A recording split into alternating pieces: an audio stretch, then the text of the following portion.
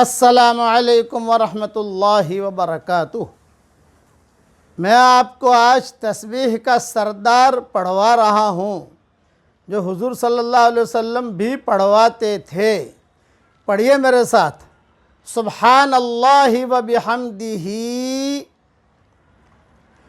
عدد خلقہ ورضا نفسہ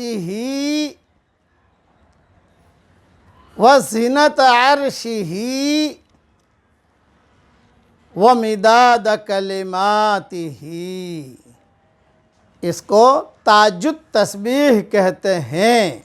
اس کے پڑھنے کا اہتمام کیجئے، اللہ تعالیٰ کو بہت پسند ہے۔